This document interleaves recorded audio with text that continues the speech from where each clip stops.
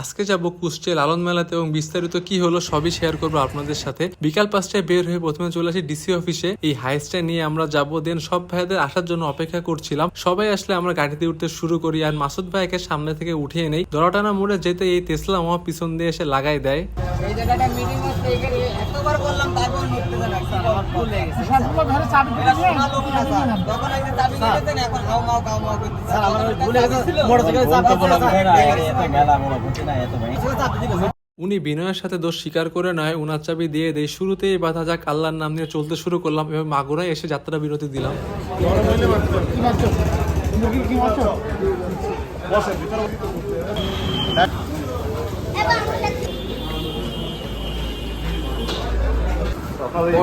আমাকে উঠে বাড়িতে রাখলাম।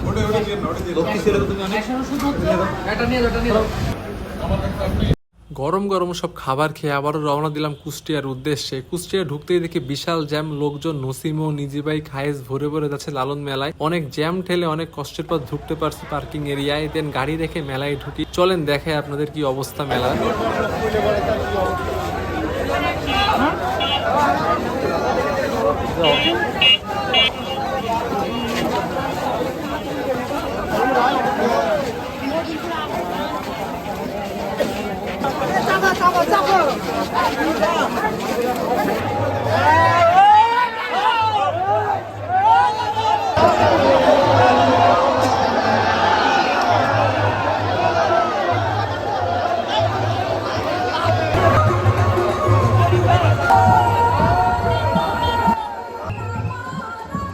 কি পরিমাণ যে ভিড় আপনারা তো দেখেই বুঝতে পারতেছেন। ফোন চুরি হয়েছে এবং অনেকজন কমপ্লেন করছিল পুলিশের কাছে, কিন্তু কোনোই লাভ হয় নাই। তাই ফোন মানিব্যাগ সাবধানে রাখবেন। সবচেয়ে কষ্ট হয়েছে এই ভিড় ঠেলে স্টেজের কাছে যাইতে।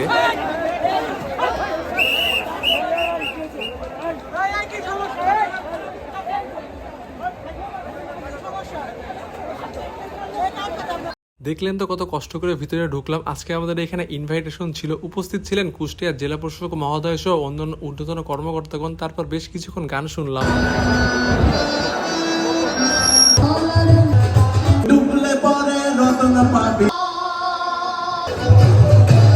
চ্যানেল আই সেরা কণ্ঠের টপ ফাইনালিস্ট শিল্পী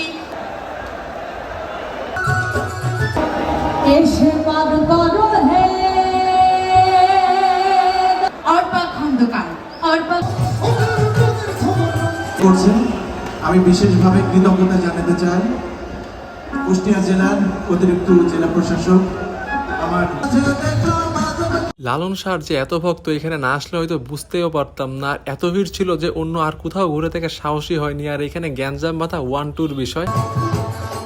সেখানে আমরা হালকা খাওয়া দাওয়া করে বের হয়ে যাওয়ার জন্য প্রস্তুতি নেই, কারণ আমাদের অনেক দূর যেতে হবে। তাই অনেক কষ্টে ভিড় ঠেলে গাড়িতে উঠি। বউ বলছিল বিখ্যাত কিছু থাকলে নিয়ে আসতে, তা আমি বললাম বিখ্যাত হলো সিদ্ধি, তা তো তুমি খাবা না। ডিনার করার জন্য চলে আসি আঞ্জুমস কিচেনে। ডিআরও ভাই আগে থেকেই আমাদের জন্য খাবার ব্যবস্থা করে রাখছিলেন। রেস্টুরেন্টটা বেশ সুন্দর, সাজানো গোছানো, আবার একটা লাইব্রেরিও। আইটেমস ছিল ভুনা খিচুড়ি, দেশি মুরগির মাংস, রুই মাছ, বেগুন ভাজি এবং আরো অনেক কিছু। ডিআরও ভাইকে আগে থেকেই বলে রাখছিলাম ভাইয়ের জন্য ভারী খাবারের আয়োজন না করে। আর এদিকে অপু ভাই তো গ্যাসের ওষুধ নিজেও খাচ্ছে আর সবাইকে সাপ্লাইও দিচ্ছে। কুষ্টিয়ার কোনো রেস্টুরেন্টে এই প্রথম খাবার খাচ্ছি, সেই হিসেবে খাবারের স্বাদ আমার কাছে বেশ ভালো লেগেছে। বিশেষ করে যখন ঘি নিয়েছি, তারা বিশাল এক মালসা থেকে দই দিল। আমি আবার সালাদ দিয়ে বেশ মজা করেই খেলাম। এই ঝর্ণার আইডিয়াটা বেশ সুন্দর। ডিআরও ভাইকে বিদায় দিয়ে যশোরের উদ্দেশ্যে রওনা দিলাম। আর ভাইয়েরা তখন একটু গান ধরলো।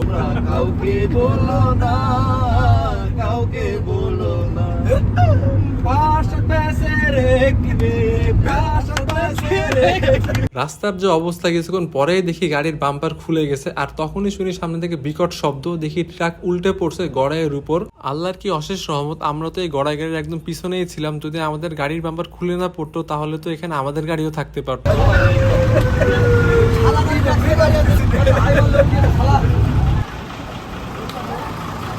আল্লাহর কাছে অনেক অনেক শুকরিয়া যে এখানে কারোরই বড় ধরনের কোনো ক্ষতি হয়নি। আর এই দুর্ঘটনার প্রধান কারণ হলো ট্রাকের ওভারলোড। বাম্পারটা গাড়িতে উঠিয়ে নিয়ে আমরা যশোরের উদ্দেশ্যে আস্তে আস্তে রওনা করি এবং আল্লাহর অশেষ রহমতে প্রায় 3টার দিকে আমরা বাসায় এসে পৌঁছাই।